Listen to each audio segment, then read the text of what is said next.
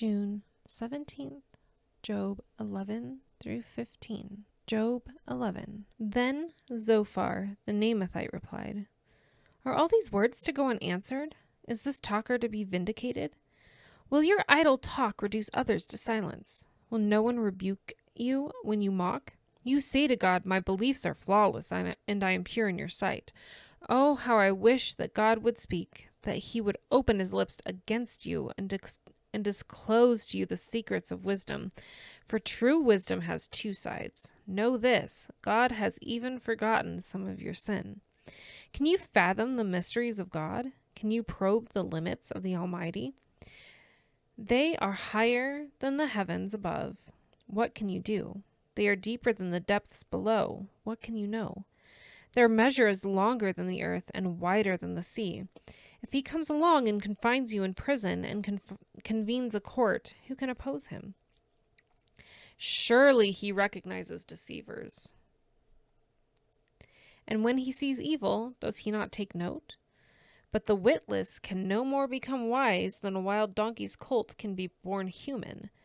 Yet, if you devote your heart to him and stretch out your hands to him, if you put away the sin that is in your hand and allow no evil to dwell in your tent, then, free of fault, you will lift up your face. You will stand firm and without fear. You will surely forget your trouble, recalling it only as waters gone by. Life will be brighter than noonday, and darkness will become like morning. You will be secure because there is hope. You will look about you and take your rest in safety. You will lie down with no one to make you afraid, and many will court your favor. But the eyes of the wicked will fail, and escape will elude them. Their hope will become a dying gasp."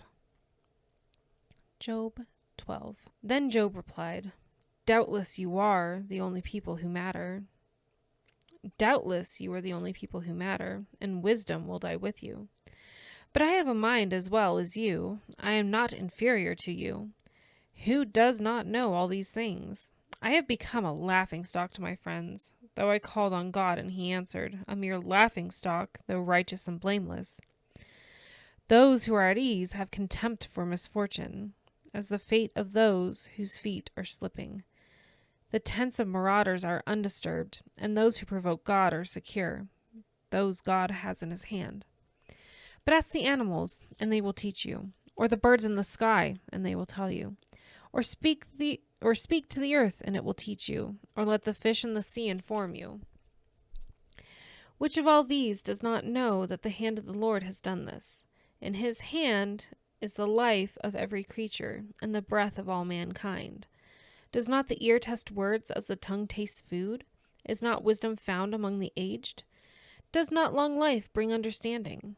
To God belongs wisdom and power. Counsel and understanding are his. What he tears down cannot be rebuilt. Those he imprisons cannot be released. If he holds back the waters, there is drought. If he lets them loose, they devastate the land. To him belong strength and insight. Both deceived and deliverer are his. He leads rulers away, stripped, and makes fools of judges. He takes off the shackles put on by kings and ties a loincloth around their waist. He leads priests away, stripped, and overthrows officials long established. He silences the lips of trusted advisers and takes away the discernment of elders. He pours contempt on nobles and disarms the mighty. He reveals the deep things of darkness and brings utter darkness into the light. He makes nations great and destroys them. He enlarges nations and disperses them. He deprives the leaders of the earth of their reason. He makes them wander in a trackless waste. They grope in darkness with no light. He makes them stagger like drunkards. Job 13. My eyes have seen all this. My ears have heard and understood it. What you know, I also know. I am not inferior to you. But I desire to speak to the Almighty and to argue my case with God. You, however, smear me with lies. You are worthless physicians, all of you. You, however, smear me with lies. You are worthless physicians, all of you. If only you would be altogether silent. For you, that would be wisdom. Hear now my argument. Listen to the pleas of my lips. Will you speak wickedly on God's behalf? Will you speak deceitfully for him? Will you show him partiality? Will you argue the case for God? Would it turn out well if he examined you? Could you deceive him as you might deceive a mortal? He would surely call you to account if you secretly showed partiality. Would not his splendor terrify you? Would not the dread of him fall on you? Your maxims are proverbs of ashes. Your defenses are defenses of clay. Keep silent and let me speak. Then let come to me what may. Why do I put myself in jeopardy and take my life in my hands?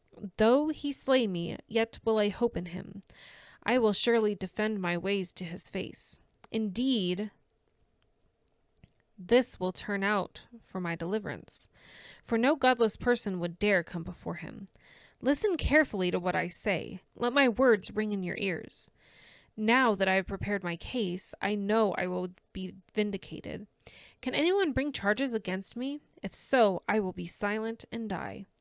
Only grant me these two things, God, and then I will not hide from you. Withdraw your hand far from me, and stop frightening me with your terrors. Then summon me, and I will answer, or let me speak, and you reply to me. How many wrongs and sins have I committed? Show me my offense and my sin. Why do you hide your face and consider me your enemy? Will you torment a wind-blown leaf? Will you chase after dry chaff? For you write down bitter things against me, and make me reap the sins of my youth. You fasten my feet in shackles. You keep close watch on all my paths by putting marks on the soles of my feet. So man wastes away like something rotten, like a garment eaten by moths. Job 14. Mortals born of woman are of few days and full of trouble. They spring up like flowers and wither away. Like fleeting shadows they do not endure. Do you fix your eyes on them? Will you bring them before you for judgment? Who can bring what is pure from the impure? No one. A person's days are determined. You have decreed the number of his months, and have set limits he cannot exceed. So look away from him and let him alone till he has put in his time like a hired laborer. At least there is hope for a tree. If it is cut down, it will sprout again, and its new shoots will not fail. Its roots may grow old in the ground, and its stump die in the soil. Yet, at the scent of water, it will bud, and put forth shoots like a plant. But a man dies and is laid low. He breathes his last and is no more. As the water of the lake dries up, or a riverbed becomes parched and dry, so he lies down and does not rise, till the heavens are no more. People will not awake or be roused from their sleep. If only you would hide me in the grave and conceal me till your anger has passed. If only you would set me a time and then remember me. If someone dies, will they live again? All the days of my hard service I will wait for my renewal to come. You will call and I will answer you. You will long for the creature your hands have made. Surely then you will count my steps, but not keep track of my sin. My offenses will be sealed up in a bag. You will cover over my sin. But as a mountain erodes and crumbles, and as a rock is moved from its place, as water wears away stones and torrents wash away the soil, so you destroy a person's hope. You overpower them once for all, and they are gone. You change their countenance and send them away. If their children are honored, they do not know it. If their offspring are brought low, they do not see it. They feel but the pain of their own bodies and mourn only for themselves. Job 15. Then Eliphaz the Temanite replied, Would a wise person answer with empty notions or fill their belly with hot east wind? Would they argue with useless words, with speeches that have no value? But you even undermine piety and hinder devotion to God. Your sin prompts your mouth. You adopt the tongue of the crafty. Your own mouth condemns you, not mine. Your own lips testify against you. Are you the first man ever born? Were you brought forth before the hills? Do you listen in on God's counsel? Do you have a monopoly on wisdom?